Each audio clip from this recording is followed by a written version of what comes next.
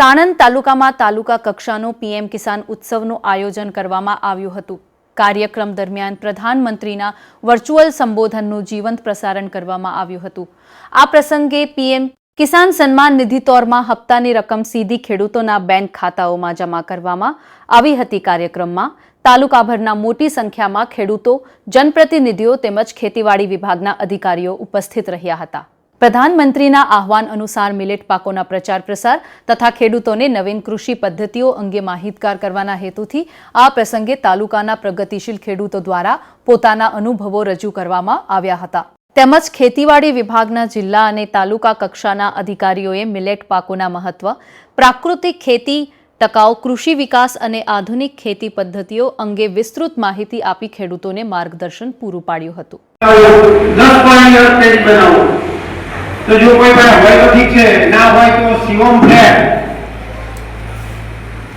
કુલત road, police સ્ટેશનની સામે Navdurga dairy parlour છે, ત્યાં આપણું ગ્રીન કમાન્ડોનું 10 પાણી અર્થ બનાવેલું છે।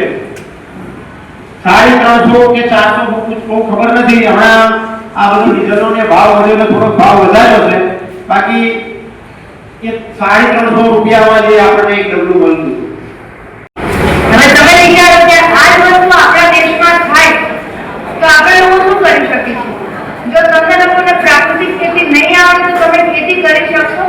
सक्षम हसो बोला आगे ना तो कहो तो सीखनी जरूरी के नहीं, बराबर। बीजी वस्तु के આપણે લોકો પ્રાકૃતિક ખેતી તો કરવાની છે, સાથે સાથે તમે બધા આજની જનરેશનને છે ખેતીમાં બહુ રસ નથી। મારા જાણકારી પ્રમાણે કોઈ પણ યંગ जनरेशन गांव में खुशी और विश्वास का भाव मैं आपके इस आनंद में भागीदार बनने के लिए आया हूं। चुनाव इतना कुछ परिवर्तन कर सकता है, ये बंगाल में साफ साफ नजर आ रहा है।